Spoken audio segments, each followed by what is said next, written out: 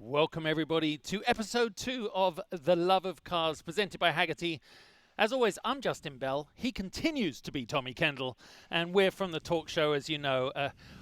What a great week it has been for us, because after that first show, I had a lot of nerves. It's a bit like entering into a new race series every time you launch a new show, but the feedback's been really great. It was a fun show. It really felt good while we were doing it. Then 2 days later, we were back into our Torque show, which coincidentally was a pre-race show for the Hagerty Presents, the iRacing, IMSA iRacing Pro Series. So it's been fun. Everyone's talking about the iRacing. Obviously, Hagerty was involved with IMSA. Things heated up over the weekend, though. Indy, it was the Indy 500-ish. I don't know. It wasn't actually 500. I'm not sure there wasn't more people upset after that than any real race last year, probably for good reason. Yes, weigh in with what your Please. thoughts are. I tell you what, were your thoughts? here are my thoughts. Cars are magnificent things. We get close. When we're lucky, we look at them. When you take that away and you're looking in a virtual sense, something becomes even more important: the human factor. And when you see a driver walking across the paddock, one of your favorite drivers, when you see them in a rivalry, it brings this human element: happiness, sadness, whatever they are, however polarizing it makes you feel. I read one pundit said, "I finally feel about iRacing. These guys care." Lando Norris was venting to well, who did he call? It was one of the other Formula One drivers. Like, what happened? Just extraordinary stuff. So I'm glad they're caring. Paul Tracy texted me. He says, "Why is everybody so upset?" I said, "You should be happy they're upset. They're upset because they care." The word fan is short for fanatic. Yeah. And so it was really interesting to watch that. And you also saw the part of people, it's a game, nobody can get hurt. You saw Santino Ferrucci literally intentionally crash, ask you to come into the checker. Took a lot of heat for that, as he probably should have. So I thought it was great. A lot of discussion, a lot of debate. Which, of course, probably got picked up on Hagerty on their live stream on Saturday, I believe, put together that forum with Jack Roush Jr., Patrick Long, and John Hindhoff. And I think this happened after their seminar, because that's a pity, because I'd love to have heard Hindhoff talk about it. Well, the word is out. Guests are texting us, potential guests, could we come on the show? And so the next few weeks are going to be spectacular. And obviously, it's always hard to follow Jay Leno. He called me the next day and he said, "Thanks for having me on. Do I talk too much?" And I said, "Well, I think that's why you have so many cars, because you're quite good at talking, Jay," which was very sweet. But he was calling to say thanks for being on the show. So thank you, Jay. And how do you follow up with Jay Leno? You have one of Jay Leno's idols. Yeah, on that the is show, very true. Right? So tonight we have the one and only Rod Emory, who's joining us in a second. We have Gary Menes, who is a Michelin star chef, which here in Los right Angeles. now here in Los Angeles with Le Comptoir. And, of course, Courtney Hansen. Yep, Courtney Hansen, who is, you could say, is the first lady of car TV. She's had a long career. I've known her for a long time. Goes way back before her TV days in the race world. Her dad owns Brainerd International. She grew up at a racetrack, and unbelievably colorful career. So she has an interesting perspective. Arguably, because of all the TV work she's done, she's probably covered the broadest cross section of the love of cars. So I'm anxious to hear what she has to say about this whole thing. Well, my hero and yours. Let's welcome Rod Emory. Rod, come on in. Hey! There he is. Are you muted? Unmuted? There we go. Can you hear me? We can. Just Okay. looks like my garage. Oh my God! I have that same fake backdrop when I do my Zoom calls with the Porsches. Oh no, those are real. That's right. Just a bunch of cars just kind of hanging out, Oh, well, I'm so glad you could join us. When we put together the list of who should come on the second show, quite literally, unanimously, from Hagerty to us, it has to be Rod. So, and of course, your social media has been showing us what you've been doing during the lockdown. But of course, I guess the garage is it's your place of work, but it's your private place. So what have you been up to? Well, first of all, thank you guys so much for having me on. It's awesome to spend time with you and see this show come together and start to take life. I really enjoyed last week's episode, and look forward to many more coming. And this kind of crazy time that we're all living in right now with remote work and employees at home and all that. We're forced to look at things a little bit differently and do things a little differently. For me, as you mentioned, my workshop has become kind of my playground the past 6 weeks, because typically I have 15 employees and customers flying in to come and see me and see their projects and see stuff going on. And here we are, all the employees are at home, with pay. I sent all of them home on the 19th of March, but made sure they all we're continuing to get paid. But here I've got a workshop that is usually super noisy. I always tell people I'm just the lead singer of a heavy metal band, because when you walk around in my workshop, it's just power hammers and planishing hammers and dollies, and we're just in here making noise. So that part of it for me is a little bit strange, because I have to be in here by myself. So you can imagine the 80s and 90s heavy metal and rock and roll tunes are cranked all the way up while I'm in here hanging out. Well, that's what you and I were talking about 20 minutes ago, was how many jobs, well, you said how many jobs could Rod do in the workshop? Well, I'm pretty sure you could probably do every job in the workshop, and that was going to be one of the questions. When you hire people, do you look for people that are experts already, apprentice some and bring them up within? How does that, can you do every part of the car yourself? Well, yeah, personally, I'm kind of the jack of all trades, master at some. But I grew up in a family of hot rodders. My grandfather was custom car builder, dating all the way back to the 40s, and built many of the cover cars from all through the 50s. So I learned from him as a young child. I learned how to weld and shape metal when I was 8, 10 years old, and then learned the mechanical side from a number of mentors. So I really have a pretty broad spectrum of skills. But for me, to answer your question about how I find employees or bring people in, I typically I've got some people that are with me that I've had working for me since 98, 99, but about half of my crew is I would say relatively new, 5, 6 years in the workshop working for me. And I typically leverage social media to find talent and people that have the interest and love for cars, because for me it's really about finding somebody that has the passion and the love that just bleeds out of them, and not necessarily do they need a tremendous amount of experience, because trust me, working on these cars and in our shop, they're going to get all the experience they need. And so I have a couple of criteria. I'll put out there that I'm looking for body and paint guy or a fabricator, and the first thing is they've got to be willing to show up to the workshop at 6 a.m. every day, or 5 days a week.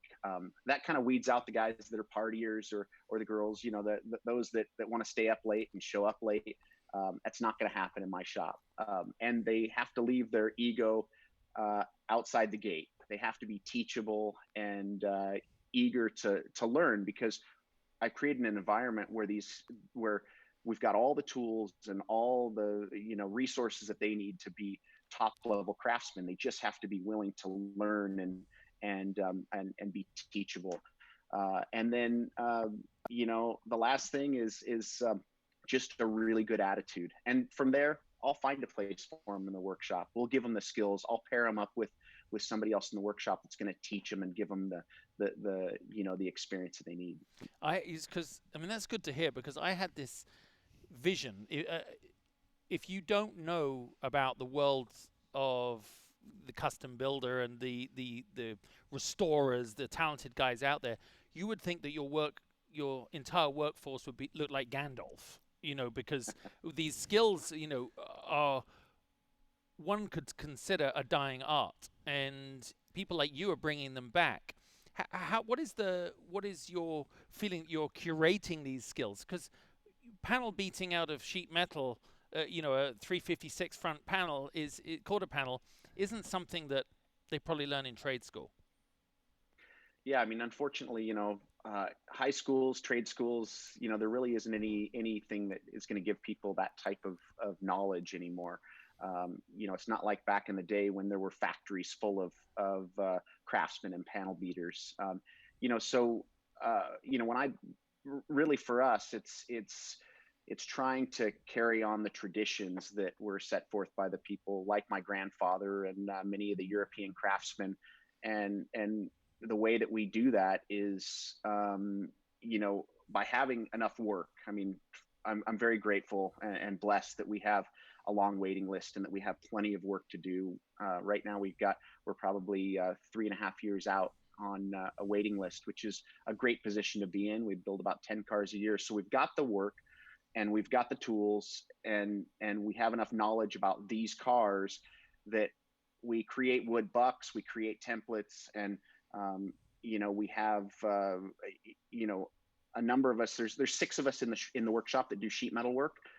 There's 15 total, but I've got other guys that do body and paint work and assembly and machining and that type of thing. But there's 6 of us that primarily do the sheet metal work, and it's just practice and putting in the time and being willing to just get after it every day and not be afraid to make mistakes, because at the end of the day, it's just a piece of sheet metal, and you're doing 2 things to it. You're either shrinking it or stretching it.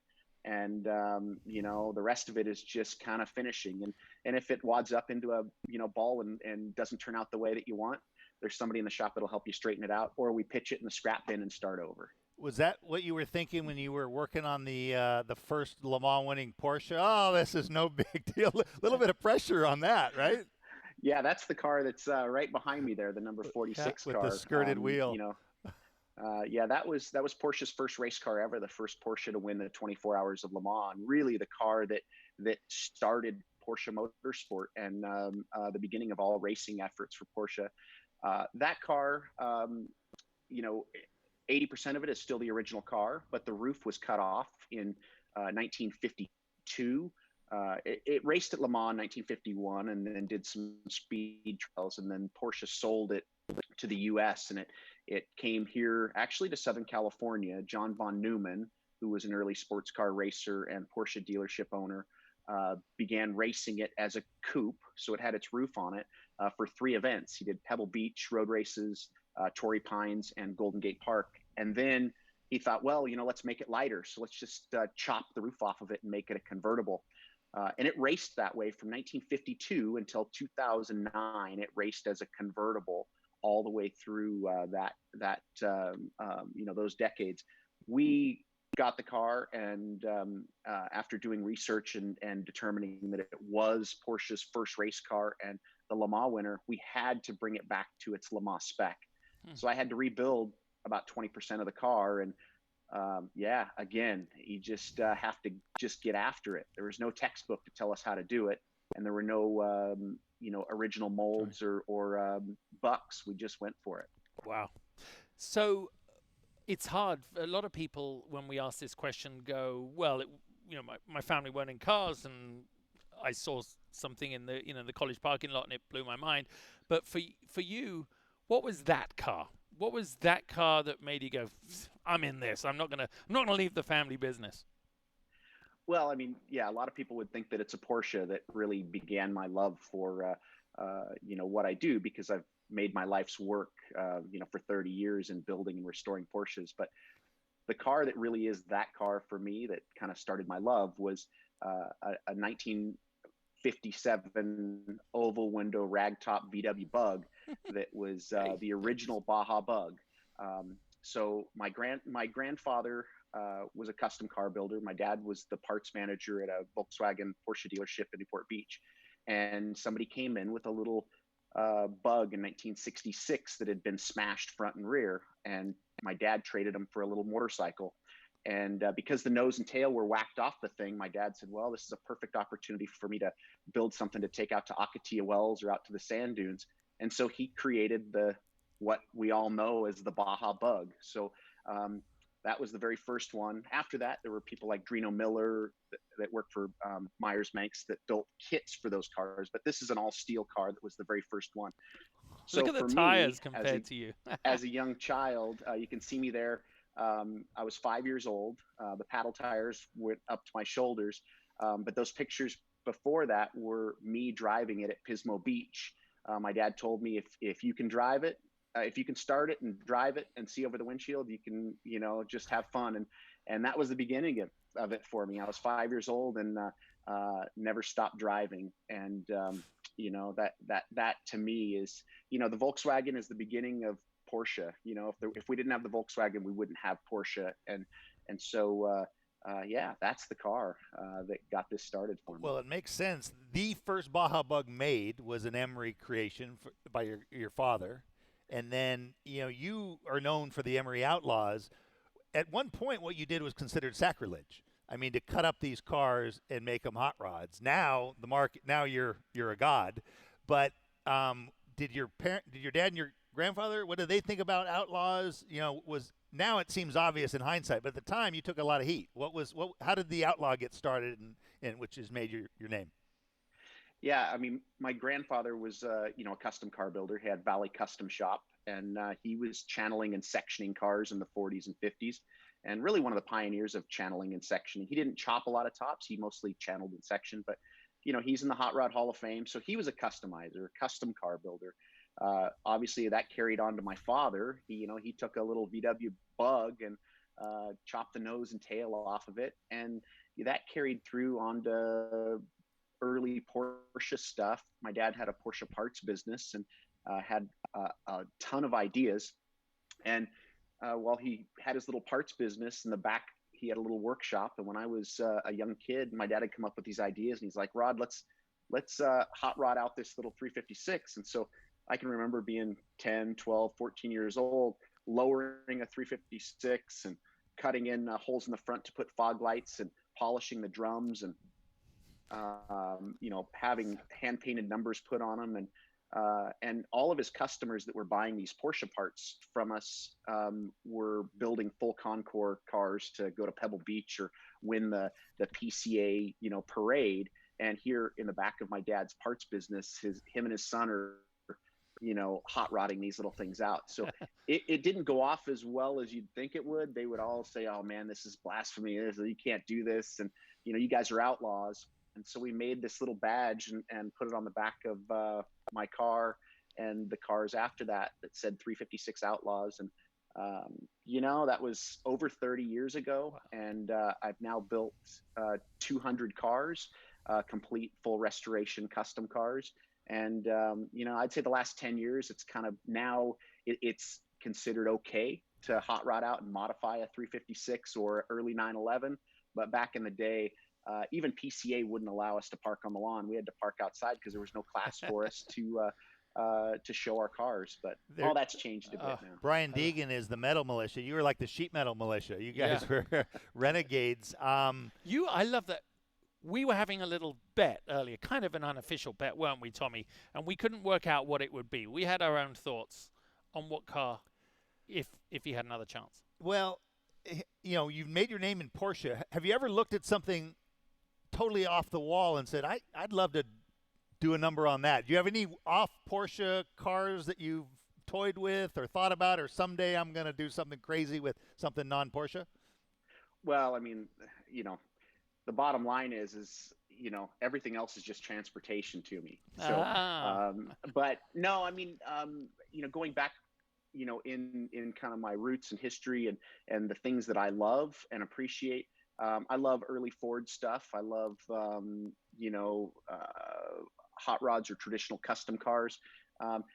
There's plenty of people that are doing, retro mod, builds and all that stuff. And I love and appreciate what they're doing. It's just not for me. I think the 356 and 911 stuff is kind of my lane.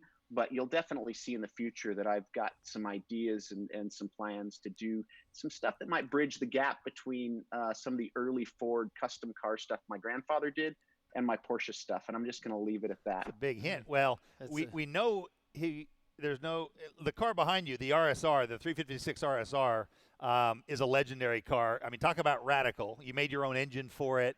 So obviously you've given us a big hint. What excites you about? Is it engines? Is it lap times? Are you going to build a track car to try to do a record? Give us some ideas of what excites you. Well, I mean, I grew up racing. That was where all of this began for me. I raced off-road, ATVs and motorcycles, and then I started racing the old Mickey Thompson off-road series when I was 14 years old, and did that all the way through high school in a little single-seater buggy, and did some off-road racing, and then started racing Porsches.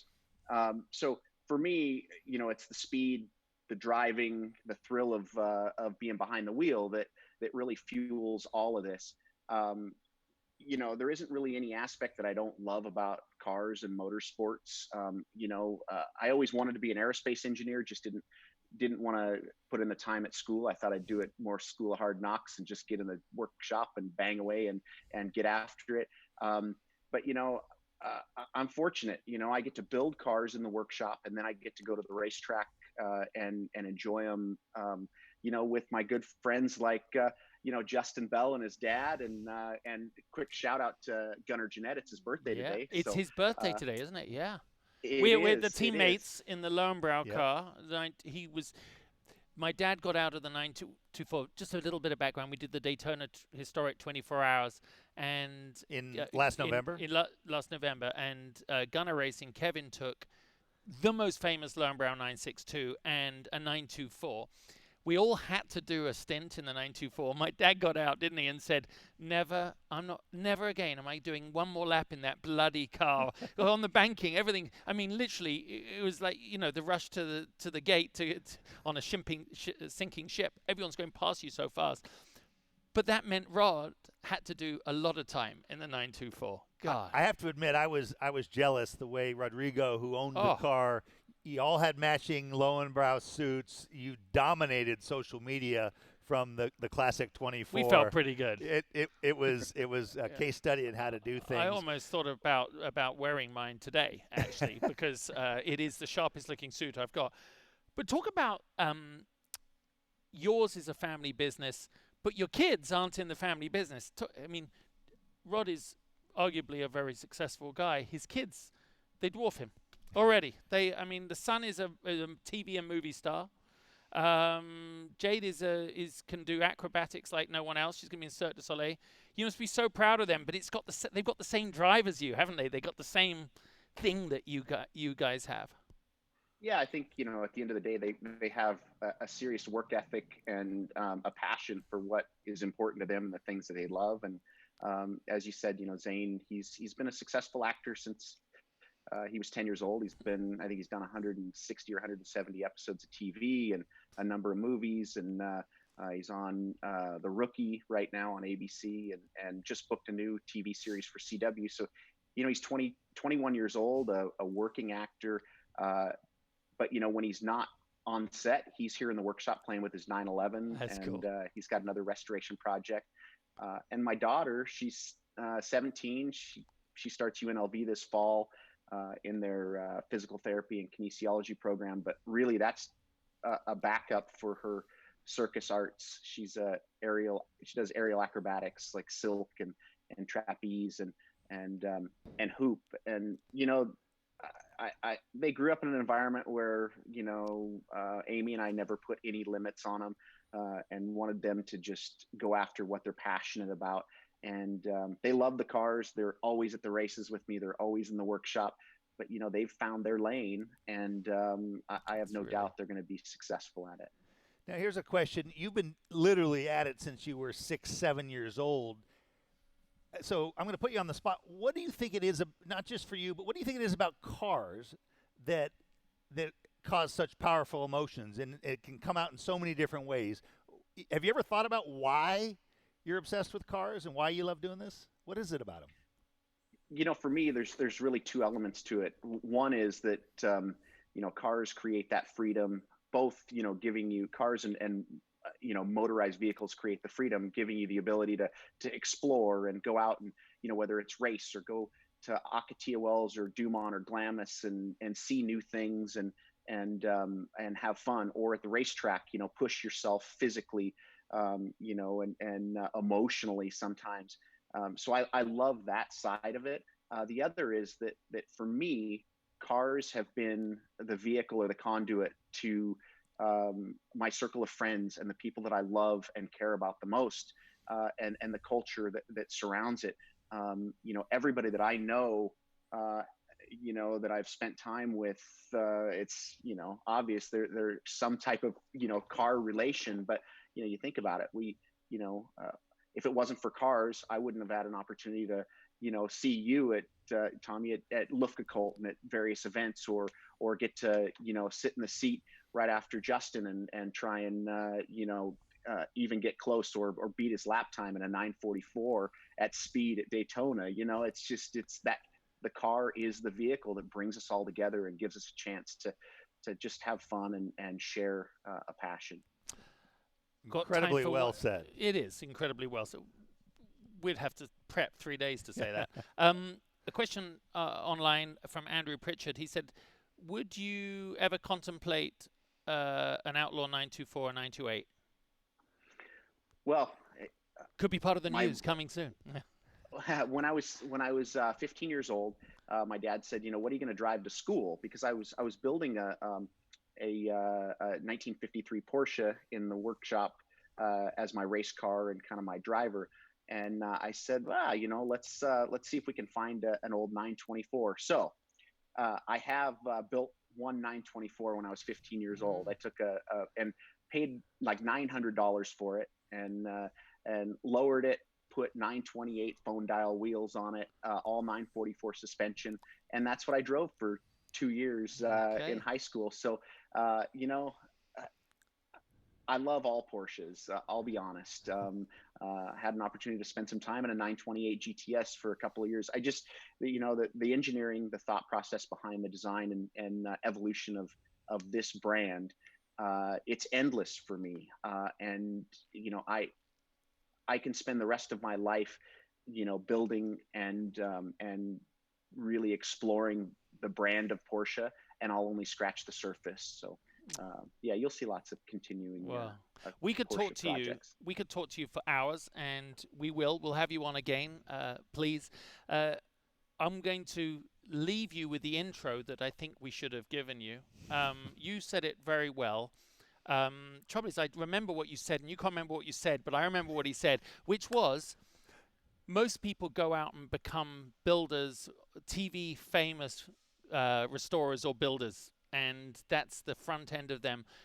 You've done it the other way. You quite literally have done it from the ground up without the glare of attention. Your work has stood the test of time, and you have an amazing, rabid following. So in our opinion, I would say that you are definitely the builder of renown that really sets the flag, the flag standard for everybody. So thanks for coming on the show. Thank you so much. That means a lot. You guys. Well, take care, Rod, and we'll see you soon as we get out of all this, right? Sounds great. Look forward to it. Take care. Bye. God. Yes. I know. I mean, I was so proud when my son Oliver built the Batman Lego at 15. And, some people that are famous from these shows, I'm not sure they can build anything. Some of them are good builders, too. But Rod just stuck to his knitting and said, I'm going to do what is inside me. I got to get out. And the fame found him. And I mean, the appreciation is virtually universal in the car business. And the fact that he spent a lot of time on race teams, so he's got real race prep chops. He's got unbelievable metalworking chops. He's got, on and on and on. So he's not a one trick pony. That's what my grandfather told me I was. As you know, one of our partners is the Michelin Guide, and they, which we're very excited about, and they have been introducing us to some of the superstars who are talented enough to carry the Michelin star. And when they launched the California Guide, literally just a few months ago, Gary Menes was one of the first recipients of a Michelin star under that new guide here in California. And Gary's joining us from LA. His restaurant Le Comptoir is so hard to get into, even harder than our show. for a couple reasons. One, Michelin star, and two, they're on a lot of seats. Gary, welcome to the show. You have a little bit of time, Sure. but I mean, there's to show how rare it is. I think the entire U.S. there's 148 Michelin stars. Yeah. And so I know it was not an overnight success. We want to talk to you a little bit about that, but you're also a car lover as well. Maybe not a car expert, but you've got some of that love. So, Gary, welcome to the show. Well, thank you very much for having me. Michelin, to achieve Michelin status, or even to be recognized by Michelin, is every cook's dream. That's been a dream of mine for 25 years.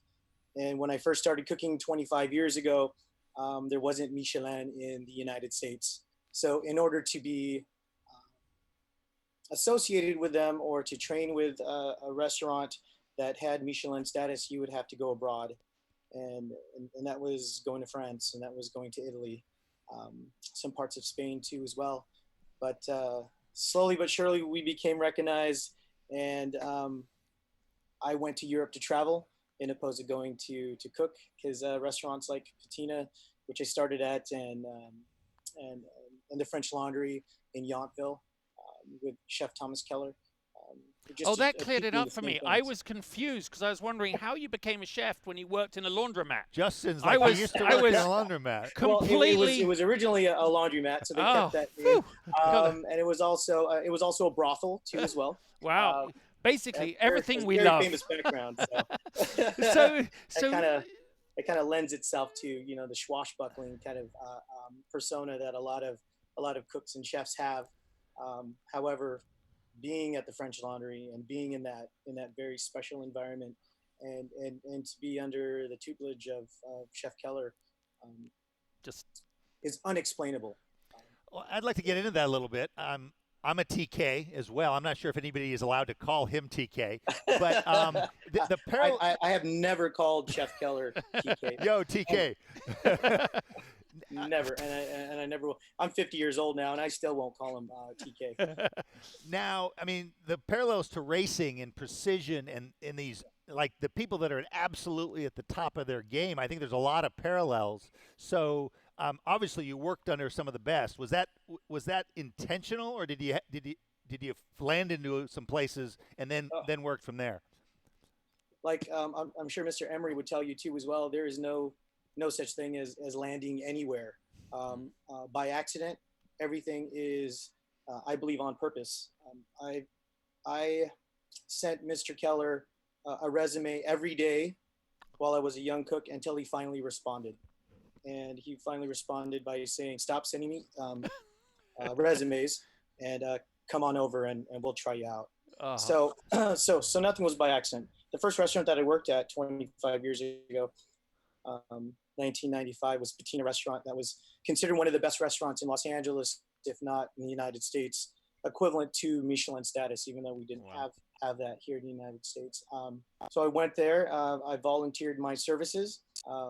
I said I would like to work for you for free, and they said, "Sure, why not?" And this was before any of the laws that were established now. I know workers' comp and owners' liability and such would never allow that now, as I can't do that too as well. However, that's something that's lost, because in order to show your worthiness, you went and basically groveled. Yeah. You said, "I'm willing to work for you. I'll do whatever it takes in order to learn what you have to offer." And in doing so, I was able to work with some of the greatest chefs of actually my time. And I'm very lucky and for I that. think that's very similar, Tommy. I mean, if you look, I don't know if you know who Lewis Hamilton is, the most famous current, certainly British champion, multiple champion. He wrote Ron Dennis multiple letters until, as a young 10-year-old, saying, "Watch me, I'm a great young kart driver," and of course now he's world champion. Right. One of the things that unites the car world. We're in the car world, so we see it. All the spokes go out to athletes, musicians, chefs, entertainers, everybody, businessmen, captains of industry. And of course, it was rather like this radial table here. They all center spoke on our passion, The automobile. the automobile in the middle. Cars inspire people with their style, with the danger, with the risk. What is it for you? I'm sure as you got a little more successful, you've been able to maybe indulge in either fantasies or realizing them of a car of your dreams. What is it about the automobile that, I mean, works for you? Well, going back to the first restaurant that I worked at with Joachim at Patina, I remember always being in the kitchen and then listening for his 993 pull up, and you just had this unmistakable kind of roar, and you knew he was coming up to the driveway and that the walls were going to shake as soon as he came in, because it was invariably something always was wrong. We're always late on something, Yeah. and that the guests are going to be, how do you say, not able. I can't say it. We're online. It's all right. He always had super high expectations of us, and just listening to that Porsche 911 just come into the driveway and that roar, because it would kind of be a warning sign. Okay, I'm coming. Get ready. Get ready. Okay, I'm here. That's funny because two out of the three great chefs that I've worked for, they both had 911s, and that has always been It's interesting. Well, there's a goal of mine to have something like that. I'd like to have eventually I'd like to have a 993, as that's the last air-cooled Porsche, and still pretty reliable, as I think you would all agree. One of these days. One of these days. Well, the restaurant, I mean, how many tables, how many seats do you have in it? I only have 10 seats. I have 10 seats only because I'm able to touch everything. I'm able to be involved in every facet of the diner's experience, from the level of the lights, of how dim I would like it as the sun goes down, also to the level and to the pitch of the music too as well. I also have it extremely curated as far as when you're walking in, it's going to be very familiar music, maybe a little Chet Baker, maybe a little Miles Davis. Then it starts ramping up just a little bit higher as you're consuming, as you're getting to know the guests that are right next to you, because it's a communal table for all intents purposes. It's a counter. It's the comptoir. Comptoir in French means counter. So you just kind of belly up to the counter with a bunch of strangers, and by the end of dinner, you are you're listening to basically, P. Diddy and Notorious B.I.G. and everybody is just pretty much dancing, having a good time, and they just can't wait to leave to cuddle with their significant other. So it is. Well, we're both vegetarian. We're vegetarian / vegan, so we're not going to be cuddling each other, but we well, you're known for your vegetables. It's funny that you say that, because it is a vegetarian restaurant for all intents and purposes. Yeah. It is a vegetable focused, a plant-driven menu. We grow a lot of our own. I grow a lot of our own vegetables there, up to 25% of the vegetables that we serve at the restaurant. I actually cook. I actually nurture and grow myself. Harvest right before service, according to how many guests we have. We have no walk-in guests. Everybody is accounted for. So every single beet that I'm going to pull from the ground that I grew myself is going to be allocated to 2 or 3 guests only. Siempre. That is plain and simple. If you were at the front door with $1,000 and said, hey chef, I'd really like to get in. I would really like to take your money. However, I don't have the ingredients for you. So everything is curated and tailored. Whoa! You know who you sound like? Profile, you sound like Ron Dennis from McLaren. Yeah, if Ron Dennis could control as much of his process, you do, because there's only 10 people. Well, listen, it's a real honor to see you online. Maybe that's as close as we're going to get. You also don't you make great sourdough bread? That's what Cynthia at Michelin said. Maybe he could teach you one day to make sourdough bread. I'm all about that. I would love to. If you could show me how to do a proper drift, at 70 miles an hour. Deal. Deal done. It's a deal. Well, listen, what an honor to have you on the show. Thank you so much, Gary. Enjoy this time off. I'm sure your brain must be spinning with new recipes and new inventions. So we can't wait to see it. Thank you so much. Thank you very much for having me. Ciao. Brilliant. Wow.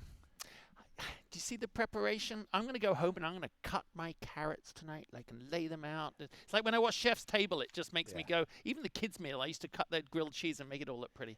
Well, and it's one of those things where whether it's how a movie goes together, if you're not a movie aficionado, you say, oh, wow, that was, and you realize you were taken on this journey without really doing it. And that kind of attention to detail is inspiring for sure. We're going to do a little show and tell right now. We'd like to look out in the world of what's going on, and especially the world of the automobile and lifestyle, but also lots of human interest stories coming out at this time. And things that normally are so easy to achieve are very hard to achieve. And Hagerty, along with Reliable Carriers and some other partners, heard the story of Larry Lee. And Larry, the story broke yesterday. It went up across the newswire yesterday. But quite literally, as you can read from the title, 44 years after buying his first Corvette, a terminally ill enthusiast really found friends who he didn't know to get behind him and get him ahead of the line his C8, because they knew this was his dream car. And they put it together, and Reliable Carriers said, we're going to get on that. We will take the cars first, to him. He was going to pick it up at the dealership in Connecticut, and then with the lockdown, there's Larry, who's terminally ill. We'll let you go to Hagerty and read about it. Read the whole thing. But he wooed his wife when he picked her up in an old Japanese sedan and says, my other car's a Corvette. And he didn't have it yet, but it was ordered. He did. And so it's a lovely story, also quite poignant because Larry is at the end of his road, but really a moving story. So check that out on Hagerty. And a man after our heart, because he'll be full throttle on his new road, even though it might not be long. You've been watching some movies. Well, I mean, this is kind of the perfect, after hearing about the obsession and attention to detail. I mentioned Ron Dennis. I have to recommend, there's so much content coming now. Some of it is great and some of it's not. A lot of it's noise. So I figured I would help you out and point you at something that is one of the greatest pieces of content ever created, and the story behind it is poignant like Larry's. If you have not watched the documentary Senna about Ayrton Senna, or Ayrton Senna da Silva as he was known originally, watch it tonight. And a lot of you who are watching this might be with significant others that aren't really car people. I heard from all my friends when this movie first came out, even the ones that weren't into cars, one of the best documentaries you ever see. The Jordan one is out right now, but Senna, I put Senna up against that. So check out Senna on Netflix. Wow. And, of course, our friends at Hagerty post between 12 and 15 new things a day. And so I've kind of made it my challenge. Now I've got a new addiction looking at their site. They got a clip up there. I mean, if I look down at the screen and watch Senna driving, I'll stop watching. I'll stop being able to talk. It's mesmerizing. But they got a great clip up of Chip Foose hand drawing a first-generation Ford Bronco. And that is the amazing thing about Chip, right? Didn't you tell me if he's in an autograph line? You don't want to sign autographs next to Chip Foose. Because he asks the person, what's your favorite car? And then he'll whip up a rendering of that and sign his name. And I'm just like, I won't try it for you. Yeah. I'll do a stick man. Anyway, go to Hagerty.com and check that out. It's a good segue because Chip was made well known. He was always known to the insiders because of his design work, but the show Overhauling is what really put Chip Foose on the map. And his inseparable from Overhauling was his co-host, Miss Courtney Hansen. And so she is the next guest on The Love of Cars. So let's bring Courtney in, coming to us from, I believe, Florida. Welcome, Courtney. Yes, I'm in Florida right now. And thank you guys so much for having me on. And Gary and Rod, you guys are amazing. Like, I could listen to you all week. That was really awesome. I know. I kept on looking at my timing going, Courtney's going to be waiting to come on the show. But hopefully she's enjoying it. I enjoyed every minute of it. And I'm like, that's a tough act to follow, you guys. Yeah. Well, I've been researching you online and going and looking at all your videos. I think you're right. The good title, the first lady of car TV right now. 15 years in. Thank you for that. But Tommy, you gave me such a wonderful description intro, but I feel like old. He'll always be older. I'm just telling you that. And I'll always look a lot older. Yeah. But I think Um, your enthusiasm comes through. Your father, Jerry Hansen, the holder of the most SCCA national championships, is it 29? 30. 27. 27 national championships. That's more than you have. He used to do 3 in a weekend. I remember he ran the 5,000 car, which was called A Sports Racing, I want to say, and then he ran the GT1, which was the Trans Am cars. He'd go after three at a time at the runoffs, and so Yes. you grew up around this and have kind of made your own lane. What's so impressive to me is you've got your own show now. You're executive producer of The Ride That Got Away, but also overhauling. You've done auction coverage. You were at King of the Hammers a couple months ago. I mean, you've literally seen it all. And what is it about cars? I'll ask the same question to you. What is it about cars that moves people or moves you and makes it that people can't get enough? Well, I believe the cars are an extension of our personalities, and we gravitate to what we love. And for me, it's therapeutic to get out and drive. I absolutely love it, and I love the way cars look. I love the way they sound. I love the way they smell. They remind me of my childhood, my years growing up around racing and spending time in the garage with my dad and the mechanics and builders, and I just love everything about cars, and it's in my blood for sure. Now my 5-year-old daughter feels the same way about cars. I think she's the most passionate one in our family, and so I hope they never go away, and I hope there's always racing, even if it has to be this like changed way for the short term. But yeah, cars ultimately are an extension of who we are, and they make me happy. Well, they also make other people happy watching someone who's knowledgeable and passionate about it. And there's an authenticity that's come through. Do you remember there was a period when hosts, I lost out on jobs, and they'd say, well, they got this really well-built, handsome guy who's going to host the show. And well, what does he do? Well, he's a model from Florida. And I'd be like, well, does he know anything about cars? No, he doesn't need to. You remember there's that period when everybody was really just getting there on their looks. You have a combination of everything because of that authentic background, as well as obviously fitting the other boxes. But what was it like growing up in the race paddock, becoming aware that this was a world you could be in? Because when you think about it, it's club racing and amateur racing. To know that there was anything past that you could make a living at, you probably had no clue you could be a TV star out of it. No, I had no expectation of this happening. I never dreamed it would. And I just loved being around cars and growing up in that world.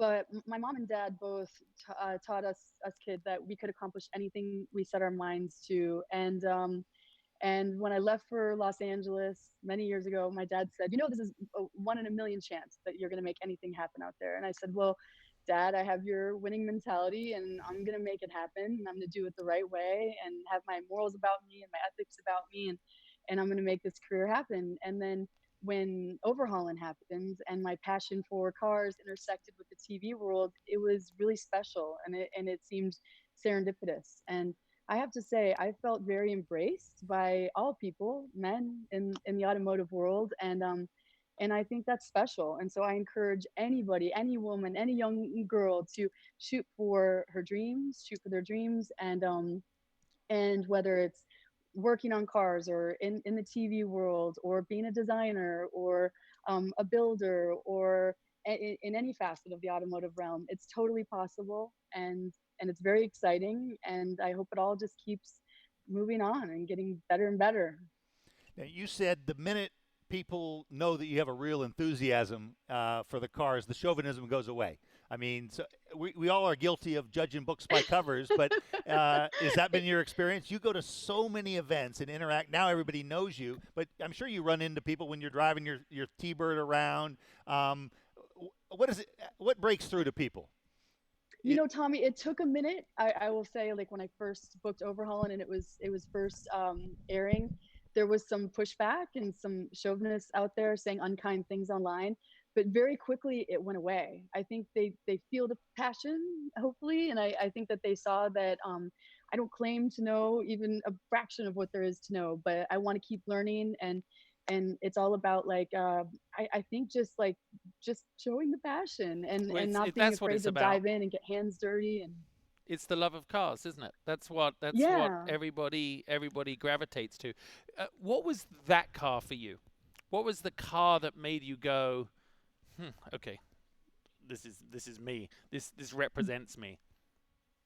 There are so many cars, and choosing a favorite is impossible, like for you guys.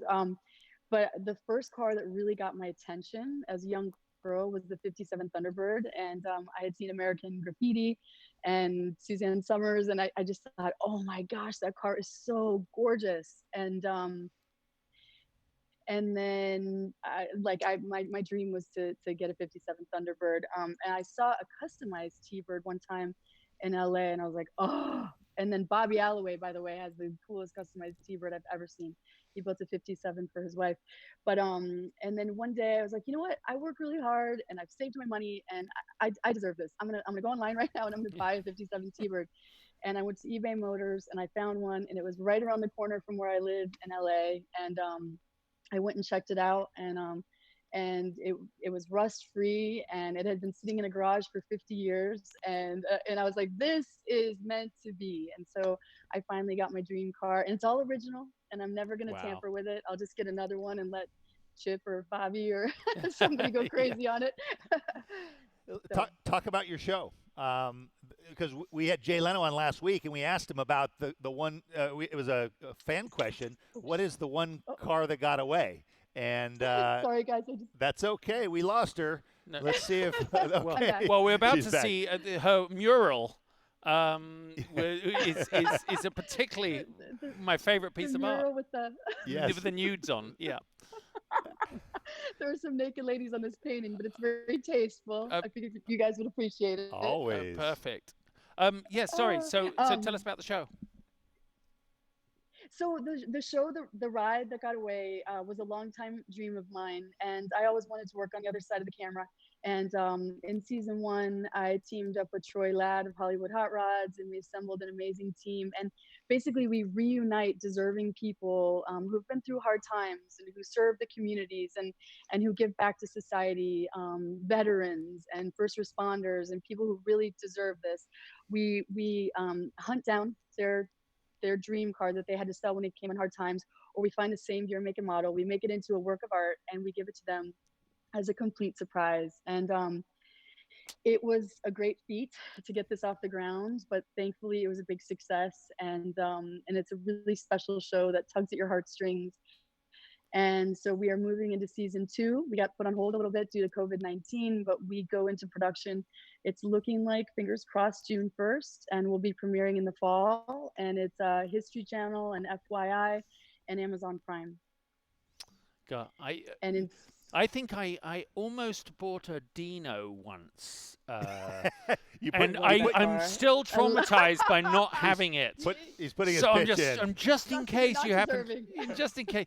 And yeah, I definitely couldn't afford it. Do you know I was offered it? Justin's a first responder. He's usually the quickest responder when we send a text. Yeah, I am. I'm good at that. Sorry, I don't want to make light. This is that's not something to joke about during what the real first responders are doing right now. I mean, on that note, you have such a big fan base, and one of the common themes that we're finding with everybody we talk to, and I'm sure you are with your friends and things, we really miss the people that we see, whether it's at the auctions, the IMSA races, any of the car events, Cars and Coffee. Is that one of the things you miss most about the lockdown we're in right now, just interacting with fellow car lovers? It's hard to not be at the car shows and the races. I live for that, as you guys do. And also the camaraderie in the garage, that's really special too. And so it's been a tough time, but we're getting through it, and it is what it is. And I just try to be positive and keep loving the sport and the hobby. And we just can't wait to dive back into it. And I have to say that in season 2, because Troy can't leave California because of his job there, we're working with Will Posey of Big Oak Garage. And so I'm very excited about that. And season 2 is going to be badass. How fun! And production hasn't started yet, right? You're just about June 1. Okay. Well, it actually did, and then we had to put it on hold. And so we're impatiently waiting and hopefully getting back into it June 1st. So if I was going to spin the tables on you, 'cause it was funny, you can't see what we can see here. We're at Fusion Motor Company in Chatsworth, a great friends of ours, and they do those Eleanor replicas, which are Yeah. stunning, and they do these Yeah. Land Rover Defenders that turn into $250,000 Land Rover Defenders that are better than they ever were. But we're looking right now at Ferraris and SLRs and a Ford GT, and there you are. Oh, You can see what we're looking at. unbelievable. Unbelievable. And they do a great job, an amazing job here. What is your dream car? Not a classic. What is your modern dream car? I love the Ford GT, and I almost bought one, and then I got an Aston Martin DB9. Oh. But I just figured the Ford GT wasn't a very good daily driver. But I love that car, and I'd like to own one. I also, Eleanor. I mean, that's Yeah. one of the greatest of all time. And What about your daughter? I would You said she's oh, the crazy. She's the most passionate in the family. What are her tastes run to? the last time I asked her, she said a Charger. Charger. She loves the Charger. I said 68, baby. Yeah, that's so. 68 I is love the that best year 68. for everything. It's a good one for sure. Yeah. But I mean, at times she said Camaro, she said Maserati. It kind of depends on the day, but she really knows cars. It blows me away, you guys. Like At 5. since she was 3, she Wow. points to every car and tells me, like she knows more than I do about what each car on the road is. Well, listen, we can't wait to see you at another event. Do you ever go to the Amelia's, the Pebbles, the Audrain Concourse? Do you do any of those? I do, and I'm hoping to, be at all of them. Like I can't so wait to get back to it. Do you So, know the first event that comes on is everyone's going to be there, aren't we? We're all Oh going my to be God. diving through the gate. No one is going to sit on their sofa and say, "I can't be bothered." That's my forecast. We're not going to sit. Fear of missing out was real before. It's going to be times 10. Yeah. It's like yes. I'll go to the opening of a paper bag. That'll be me. Thank you so much for coming on, Courtney. It was a real pleasure to speak to you. It's cocktail hour in Florida right now, I have a feeling. And it's tequila time, you guys. I Cinco de Mayo, know. Come on. I It's know. Cinco de tequila time. Mayo. I was supposed to Salud. to do. We'll do a virtual toast for you. And take care. We can't wait to see the new show. Thank you so much, you guys. I really appreciate it. Thanks a lot. Bye. Thank you. Bye. Do you know what? Being in Florida right now through all this wouldn't be so bad. I've just been thinking about my dad's out there, Courtney's out there. It's kind of a car culture there that we don't. We've got an F-350 and a trailer. We could be there in a minute. I know. Well, as you can see, some amazing guests on today's show, and they really kind of sum up for us what the love of cars was all about, which is passion, uniting everybody, no matter what the discipline is that you particularly display it on, whether you're a chef, whether you're an athlete. We do have some amazing guests coming up next week. Next week's show, we have CJ Wilson, who is, how do you describe CJ? Bit of an underachiever as well, isn't he? Well, former Major League pitcher for the Angels most recently. Got the car bug big time. Is a racer himself, also team owner, and owns a chain of dealerships in the Fresno area. Big plans in the car world. And, I mean, if you're looking for a car, you tell him, hey, I'm thinking about getting a 993. He'll say, okay, here's what you're looking for. You want this, stay away from that. A savant. Yeah, and one thing we're going to talk to him about is he had childhood drive that once he was targeted, he's successful at everything he's ever touched. And then we have another Michelin star chef joining us from New York this time. And Emma, I always mess up the last name, but Emma Bengtson, she's a 2-star Michelin chef, and she has a wonderful story and, rather like Gary, a love of cars. So I'm interested to see what's in her garage. And then epitomizing style throughout the automotive world, a familiar face. You can hear his laugh echoing out across any concours lawn. Our friend and yours, Donald Osborne, will be joining us, and he is a total character. And I'm really looking forward to talking with him, as we said, about design, style, and really that little panache. And what came first, the chicken or the egg? Was it the car design influencing society, or was it society influencing cars? So a really great show. Of course, with Hagerty as our partner, you're watching this on their live stream. Remember, keep involved on Hagerty.com. All sorts of stuff coming up. If you have questions for any of our guests, please post them there, and we will be glad to ask them on air next week. Tomorrow, 24 hours from now, we'll be doing a watch party over at Talk Show Live, where literally last week it was so much fun.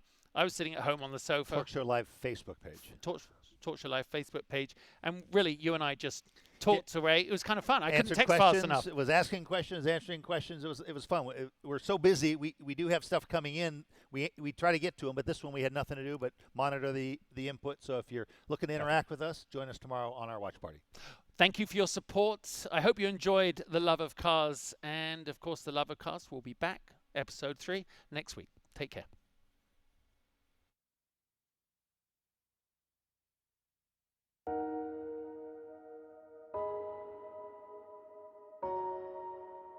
As communities across the nation have enacted local shelter-in-place orders, we must do our part by staying